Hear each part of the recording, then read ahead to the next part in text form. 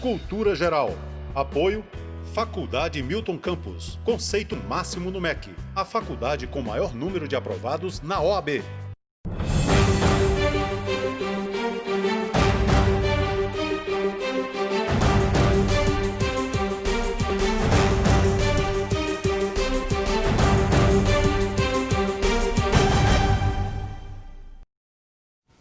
Olá, tudo bem? Sejam todos muito bem-vindos aqui ao Cultura Geral. Hoje a gente vai fazer aqui um mini debate, vamos dizer assim, sobre o processo democrático que a gente tem vivido. Vai falar um pouquinho também da entrevista do Ciro. Eu acho que a gente precisa fazer também, a gente precisa dar uma pincelada naquela entrevista. Eu acho que a gente precisa fazer todas essas contextualizações aqui no Cultura. E nada melhor do que o Felipe, que esteve lá junto comigo. Nós fizemos a entrevista já com o Ciro, no hotel, né, naquele dia. E é muito importante a gente tratar desses assuntos. Eu acho que a gente está vivendo assim, uma pauta para cada dia, uma pauta bomba para cada dia, né? Se a gente fosse imaginar que a gente teria tanto assunto assim, a gente montaria até um Cultura Geral de hora em hora, né? Como a Band, né? De 20 em 20 minutos tudo pode mudar, né?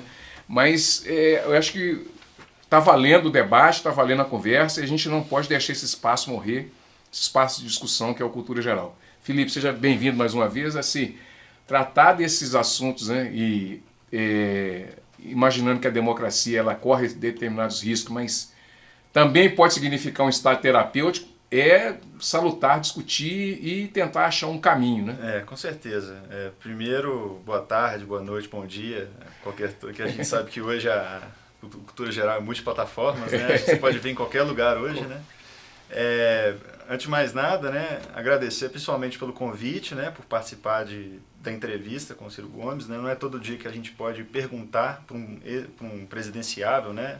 Talvez a gente não sabe o projeto político dele para o futuro, né? Uhum. Mas foi um debate, sem sombra de dúvidas, muito interessante. Eu acho que principalmente aqui para a comunidade de Nova Lima, né, e para outras pessoas que nos assistem, para tentar compreender e aprender, às vezes, e discutir política de uma forma menos virulenta. Uhum. Né? Porque a gente está hoje num processo tão grande, de uma palavra que a gente vê muito, que é a polarização, né? E que às vezes a gente simplesmente debater e tentar entender e compreender como é que se opera o fenômeno político, a gente não tem espaço nem tempo para conseguir fazer isso. Né? Uhum. Então é uma oportunidade ótima.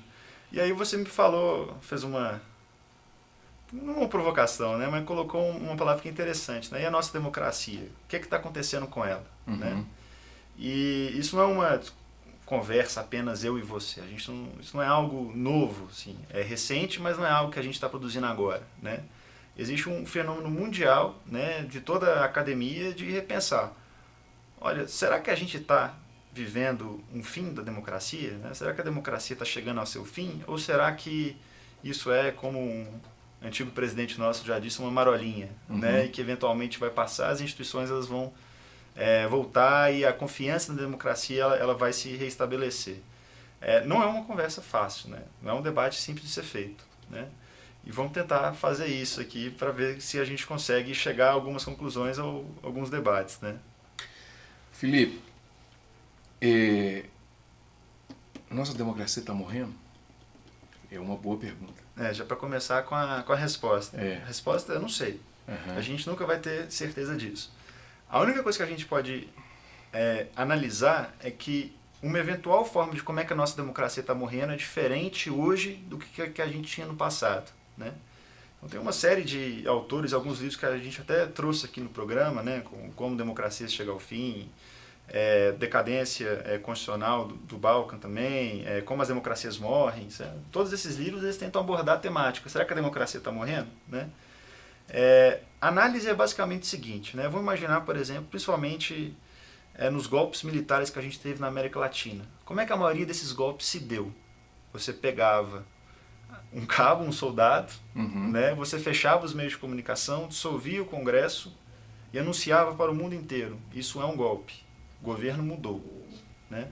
Atualmente, as formas de uma deteriorização democrática elas não são feitas num único golpe, né? Numa única porrada que a democracia toma e de repente você consegue até historicamente saber que até tal dia o país vivia numa democracia e a partir dali você não vivia mais.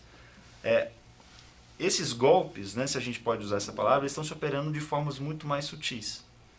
Seria o que falavam em 2009 do golpe híbrido? Ele vem por várias frentes? Mais ou menos isso. É como se fosse uma questão assim, você tem... O Estado opera da forma regular. Você ainda tem eleições, você ainda tem um sistema de justiça, você ainda tem um Congresso, você tem uma certa liberdade de imprensa, né? Que são 4 instituições essenciais para qualquer democracia, para que ela possa viver. A questão é, o Congresso, por exemplo, ele já não funciona necessariamente com tanta liberdade. Aqueles que ganham, eles ganham ou porque o sistema os auxilia a ganhar, ou porque, consequentemente, o governo tem uma força tão grande que você não consegue criar novas forças de oposição. O sistema de justiça, muitas vezes, ele reflete mais o posicionamento do governo ou o posicionamento de uma ala, digamos, golpista, do que necessariamente como se fosse uma instituição autônoma, né? Uhum. As eleições, elas, apesar de acontecerem, você não tem a mesma paridade de armas dos mesmos oponentes. Isso tudo são coisas sutis que a gente vai fazendo, vai minando, vai retirando da democracia, e que na hora que a gente acorda, a gente descobre que a gente não está mais numa democracia, a gente está numa autocracia. Uhum. Né? A autocracia é o quê? É o autocrata. Né? Uhum. É como se fosse um pequeno ditador, uma pessoa que se utiliza dos instrumentos institucionais para fazer valer a sua vontade ou do seu grupo. Né? Então, isso valeria, só para a gente ter um recorte aí, Hungria e Venezuela está mais ou menos nessa mesma? Sim, tem um livro muito interessante do Como as Democracias Morrem, né? E que os exemplos são, já teve o Peru do Fujimori, o Venezuela antes com Chávez e agora com Maduro, a Hungria já representando uma extrema-direita, junto com a Turquia também, com Erdogan. Todos esses líderes autocráticos, eles chegaram no poder através das eleições. Eleições, claro, que às vezes você pode questionar se elas foram 100% íntegras, mas de alguma forma ou de outra legítimas. Você teve oposição, você teve debate, você teve urna, você não teve uma manipulação, uma fraude dos votos. Isso não aconteceu. Só que no momento que esses líderes chegaram no poder, eles começaram a minar as próprias instituições. Então, por exemplo, começaram a tratar a imprensa que criticava eles e tratavam a imprensa, às vezes, com desrespeito, falando que a imprensa era criminosa, às vezes criando um complô internacional, falando que a imprensa estava sendo vendida para um grupo estrangeiro ou para um adversário político. O sistema de justiça, eles começaram a indicar cada vez mais membros do Poder Judiciário que eram mais favoráveis a eles, né, a sua narrativa política. E na hora que o Poder Judiciário fazia o controle daqueles atos, ele não tinha a mesma autonomia e liberdade que você fazia numa democracia, digamos, plena. Né? Então eles começaram a minar as instituições de dentro de determinada forma que você não consegue mais se encontrar nem numa democracia plena, mas também não necessariamente numa ditadura. Né? Então são formas sutis de você repensar essas instituições. Os meios de comunicação estão envolvidos nisso? Sem sombra de dúvida. Isso é uma coisa muito interessante. Essa plataforma agora de... Todas essas plataformas de comunicação. Antes, né? Digo antes, vamos pensar mais ou menos até início dos anos 2000, antes da mudança de década de 2000 para 2010. Né? Principalmente comunicação era televisão. Né? As grandes emissoras, que normalmente você tinha uma concessão de 2 ou 3, né, a determinado país, elas que controlavam mais ou menos quais notícias iriam ser lançadas ou não. E o país se informava quase que exclusivamente por aquilo. Hoje a gente tem uma ferramenta muito mais poderosa, que é o celular, que é o computador, que é a internet, que são as redes sociais. E as redes sociais, elas são um fenômeno tão interessante que é o seguinte: a rede social está programada para que você fique o maior tempo possível naquela rede social. Como é que ela faz isso? Ela mais ou menos compreende o seu padrão de comportamento e quer que você fique lá por mais tempo possível. Então vamos imaginar, por exemplo, que você é uma pessoa que sempre gostou muito da causa animal. E você vai sempre curtir a foto de cachorro, você vai sempre entrar em grupos de pessoas que querem doar e se relacionar com essas pessoas. O algoritmo é formado de uma certa forma para você continuar consumindo. Então você vai ser cada vez mais bombardeado com informações de fulano de tal quer doar um cachorro, olha esse vídeo bonitinho do cachorro tal, e coisas do tipo. né? Com a política acontece a mesma coisa. Então vamos imaginar que você é uma pessoa mais voltada à direita. E você começa a consumir cada vez mais conteúdos ligados à direita, porque a rede social quer que você consuma mais aquele conteúdo. Por consequência, você começa a restringir a sua mente para aquelas questões que são opostas a você, questões que você não dialoga. Então você vai ter cada vez menos acesso a conteúdos de esquerda. E cada vez mais, por você só consumir um lado do espectro político, você começa a se radicalizar. E você começa a ter e você começa a cada vez mais consumir tons mais agressivos contra aqueles que pensam diferente de você. E aí o tecido social começa a se desmantelar também. É claro que assim, a gente já está partindo para um ponto quase que apocalíptico, né? Mas é uma brincadeira, né, que eles fazem, que há 20 anos tudo pode mudar, né? Que você falou dos 20 minutos, mas eventualmente isso pode ser o início do fim. Né?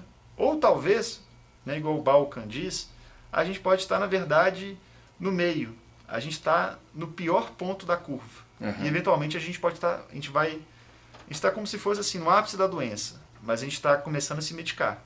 E aí eventualmente a gente melhora, mas a gente só vai saber disso no futuro. Steve Bannon. Como é que a gente pode entender o Steve Bannon nessa confusão toda, que é esse sujeito que pensa em primeiro desconstruir tudo que está pronto para construir algo dentro dos moldes mais conservadores, é o que até dentro da privacidade hackeada fala isso, né, naquele documentário que você enviou, que é o pensamento dessas pessoas que pensam em construir uma nova sociedade, mas primeiro você precisa desconstruir um pensamento já hegemônico. E esse movimento é um movimento de contracultura? Uma pergunta muito complexa, né, Betão? Igual todas as que você sempre manda para mim. É sempre, né? A gente tem que sempre deixar... Mas eu acho que o diálogo parte daí, sabe? Claro. Eu acho que a gente pensar tudo isso faz parte, né? Mas é interessante que, assim, até nos estudos que eu estou fazendo, até pela dissertação que eu estou escrevendo recentemente, né, é interessante que a gente sempre vê que existe um certo pensamento da humanidade, né? É horrível fazer generalização, mas às vezes elas são didáticas, né? Existe sempre um grande pensamento que a gente tem que destruir as estruturas hoje presentes, para só apenas destruindo todas as estruturas a gente consegue pensar em novas, né? Um exemplo clássico disso era o Karl Marx. Né? Tinha que destruir a estrutura capitalista. O Bentham também pensava na mesma questão. E hoje a gente tem uma certa forma de tentativa de destruição de algumas estruturas já pensadas pela tecnologia, né, pelas novas formas de interação, pelos novos meios de comunicação. E claro que no momento que você quer destruir alguma estrutura, normalmente o interlocutor, né, aquele que propõe, ele normalmente quer que você construa estruturas mais semelhantes àquilo que ele deseja. Né? Então, esses dois ataques normalmente eles vêm de flancos, digamos assim, que compreendem que o seu espectro político não está abarcado nesse espaço. Né? Então, por isso, se a gente pega uma extrema esquerda, eles falam assim, a gente tem que destruir a estrutura capitalista. Se a gente pega uma extrema direita, a gente tem que destruir a estrutura globalista. Né? A gente pega um inimigo, quer destruir aquele inimigo, depois criar algo novo que seja contra aquela cultura. Né? Então, de fato, você tem uma pressão contra o que já é hegemônico, o que foi construído pela sociedade até agora, partindo normalmente de polos, digamos, um pouco mais opostos, né? Polos radicais. E a gente tem que lembrar que essa estrutura hegemônica, né, apesar de muitas pessoas entenderem que isso é fruto, digamos, de forças ocultas, que pode até ser também, mas que a maioria delas é construída por nós, sociedade como um todo. Aquelas pessoas que encontram mais ou menos um equilíbrio, no meio termo daquilo tudo. Então a cultura é construída por todos nós, pela ação humana, e às vezes você querer destruir aquela cultura, você pode trazer mais problemas do que soluções. Né? Bom, deixa eu fazer um intervalo, tomar uma aguinha, daqui a pouquinho a gente volta com mais Cultura Geral, não saia daí.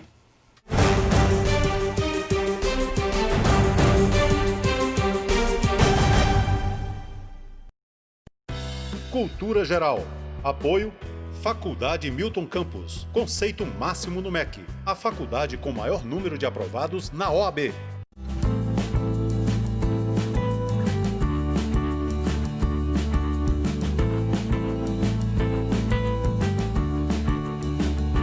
projeto Curtindo as Férias na Escola, os alunos contam com atividades lúdicas e interativas, além das que eles já estão acostumados, o que traz um maior interesse também, né, dessas crianças poderem vir até a escola. Tem muita criança que não teve a oportunidade de viajar, né, de ir para lugar nenhum com os pais. Que foi muito legal, porque senão a gente ia ter ficado na rua fazendo outras coisas. Eu achei muito legal, porque a gente fica brincando e faz várias coisas. A gente jogou vôlei, futebol, basquete, queimada. A melhor atividade que eu gostei foi capoeira. Hoje é o último dia, eu já tô sentindo falta. Para os pais também é uma tranquilidade, a criança está aqui na escola, sabe, está em segurança, né? Tem pessoas tomando conta. Enquanto eles estão trabalhando, estão exercendo outras tarefas, os seus filhos estão divertindo em um ambiente seguro. Cultura Geral. Apoio Faculdade Milton Campos. Conceito máximo no MEC. A faculdade com maior número de aprovados na OAB.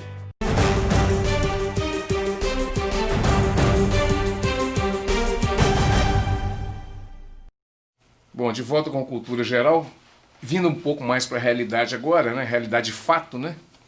Realidade dos fatos. O Felipe, nós fizemos aquele bate-papo com o Ciro, que eu acho que foi acho que foi uma das grandes entrevistas do Ciro, assim. Modéstia à parte, foi muito bem feita pela gente. E tem uma parte da entrevista que é sobre eu acredito. Como é que você enxergou? Eu acho que toda crítica faz a gente pensar mais naquilo que a gente está envolvido nela. E você, como está envolvido nisso, assim, de corpo e alma, pensando nisso tudo, como é que você viu, não a posição dele, mas eu gosto muito de utilizar aquela coisa de puxar a lupa, né? Primeiro você se vê dentro da discussão, depois você puxa a lupa e se vê fora da discussão com aquela opinião, né? Independente de ser o Ciro, poderia ser o Lula, poderia ser qualquer outra pessoa, mas como é que você enxergou a opinião com relação ao movimento naquele? Vamos lá, Betão. É sempre interessante a gente ter esse tipo de diálogo mesmo, né? É claro que o nosso papel aqui, principalmente para apresentar opiniões para a população de Nova Lima, não é necessariamente falar que existe o certo ou o errado, mas é tentar trazer... Só fazer um recorde, Nova Lima não, para o mundo, né? Para o mundo, aqui foi então tá. A gente tem pessoas consumindo esse conteúdo no mundo inteiro. Nova Lima, nós estamos com 20% de audiência no México. Mas a gente tem que aproveitar e dar respeito aonde que a gente está localizado também. Eu acredito muito nisso, né? Mas vamos lá. Voltando à terra, igual a gente estava brincando aqui no intervalo. A gente sempre tenta pegar o debate, né, e trazer não uma perspectiva do que é o certo ou errado, mas diferentes perspectivas, diferentes narrativas sobre determinados fatos. A entrevista do Ciro, né, que foi algo muito interessante nós estarmos lá, apesar de eu discordar de alguns pontos, ele trouxe alguns questionamentos interessantes, né, principalmente sobre o envolvimento desses movimentos na relação política. O Acredito, Agora, o Renova BR, o Livres, a RAPS, que são as principais entidades de renovação no Brasil, não são um fenômeno novo no mundo, né? Se a gente for pegar, por exemplo, a eleição do Macron, ele se elegeu através de uma plataforma que ela saía de uma estrutura partidária, que é uma plataforma do On Marche, né? Vamos, marchemos, que eu acho que é a melhor tradução. Não que eu fale francês, né? Mas acho que eu já vi pessoas falando que a melhor tradução é marchemos, né? A gente tem, por exemplo, lá nos Estados Unidos, né, tanto no espectro mais de direita identitário, o Black Lives Matter, né, que é um movimento negro que entendeu que você precisava de representantes negros nas casas representativas. A gente teve também o Tea Party, né, que é um movimento muito mais conservador nos Estados Unidos, que queria fazer essa contracultura, né, igual a gente fala. E no mundo afora a gente vê uma série de movimentos que partem da sociedade civil e tentam modificar um pouco a relação partidária, né? A gente sempre tem que pensar que o sistema partidário brasileiro, ele não é um sistema muito novo e moderno, no sentido que ele é um sistema pautado nos partidos de massa, né? lá de meados do século XX, metade do século XX, que se construíram agora. Como é que esses partidos mais ou menos se organizavam, né? Através de uma centralidade em alguns líderes, muitas vezes pautados como intelectuais, e um movimento quase que de cima para baixo em relação à sua base, né? Então, aquela pessoa que era base do partido, né, ele participava das manifestações, mas ele não tinha uma participação, digamos, mais horizontal, né, na tomada de decisão. E esses movimentos, de uma forma ou de outra, eles pretendem horizontalizar um pouco mais essa toada de discussões, né? Então, eu faço uma certa crítica ao que o Ciro disse, né, porque eu não entendo todos eles como, ele disse, partidos ocultos ou partidos, esqueci até o termo que ele utilizou. Clandestino. Partidos clandestinos. Eu não entendo esses movimentos como partidos clandestinos. Eu entendo esses movimentos como novas formas de relação política e que trazem reflexos ao sistema partidário, né? Não necessariamente que eles trazem a resposta correta, que também tem que ser feita essa autocrítica, né? Porque nem tudo que é novo é melhor, né? Talvez a forma como esses movimentos estão operando hoje, né? E eu sou uma pessoa que eu estou muito no centro, tenho um diálogo com vários desses movimentos, não é a resposta mais adequada, a resposta mais correta. É muitas vezes uma resposta mais de celular, uma resposta fora da realidade social, de um mundo cada vez mais interconectado, mas que não consegue nem conversar, dialogar com a pessoa próxima, assim, que vivem e operam em bolhas, né? Mas as estruturas partidárias, elas hoje também, elas não conseguem ter a mesma representatividade que tinham antes, né? Inclusive porque se a gente for até pegar mais ou menos a narrativa. Vou pegar o exemplo do PDT, que é o partido do Ciro, né? A narrativa do PDT em várias instâncias estaduais e municipais no Brasil inteiro, a gente vai conseguir encontrar uma série de ideologias quase que completamente opostas, né? Isso não é um fenômeno tipo só apenas no PDT, mas em todo o sistema brasileiro, a gente vê o partido muito mais como um instrumento de alcance ao poder do que um partido como um instrumento de fato de discussão e deliberação pública, né? E os movimentos de alguma forma querem não só auxiliar na representatividade, né, nessa representação, mas também procurar auxiliar o debate público, né? E fazer que a política seja algo que a gente possa consumir de forma quase que racional, né? Que a gente está perdendo essa racionalidade. Nem tudo está no mundo das fadas, né? Nem tudo é perfeito nesses movimentos também. Tem uma série de dificuldades. Esses movimentos estão num contexto partidário e político brasileiro e eles também sofrem com as mesmas consequências que o sistema político brasileiro exige. Então, alguns desses movimentos, você tem figuras mais centralizadoras que tentam fazer uma captação política do discurso de renovação para ganhar uma certa visibilidade. Isso existe, né? E não tem como a gente sair da realidade política que a gente está. Mas eu não vejo necessariamente eles operando como uma via clandestina de participação política. Eu acho que é uma nova via e que a gente tem que se adequar. E que esses movimentos também têm que saber se adequar à via natural da política brasileira, né? Então, a gente está num momento agora de adaptação dos dois campos, né? Um tradicional e o dos movimentos.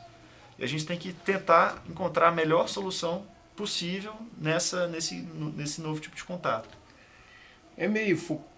Isso tem um pouco de Foucault, hein?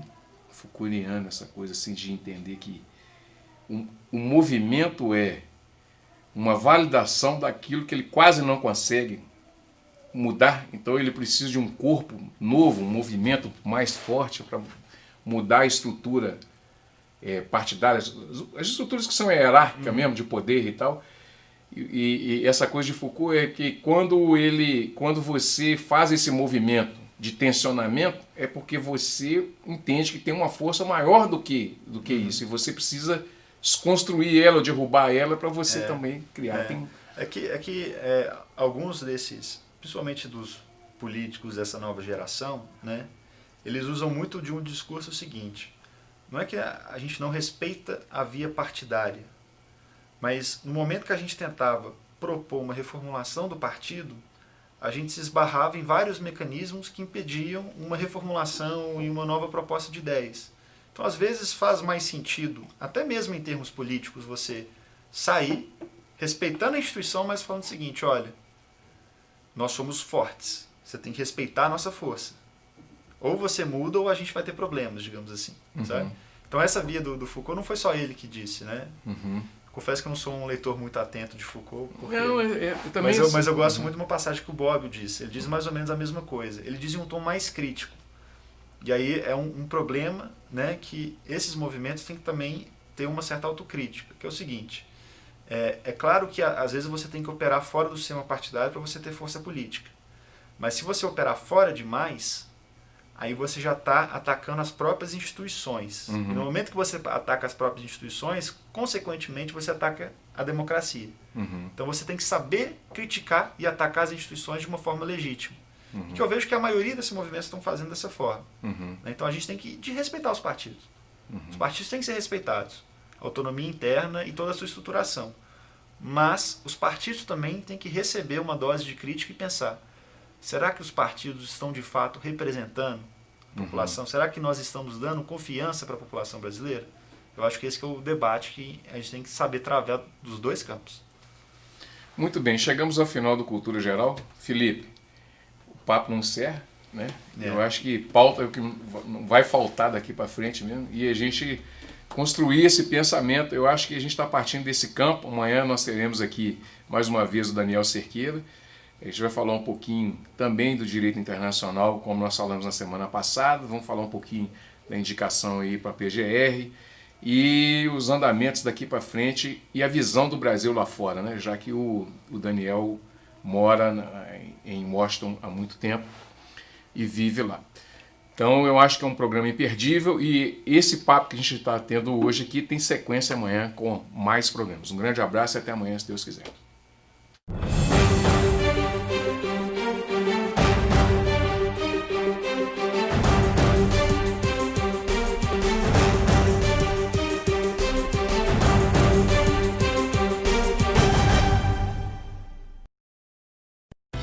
Cultura Geral. Apoio Faculdade Milton Campos. Conceito máximo no MEC. A faculdade com maior número de aprovados na OAB.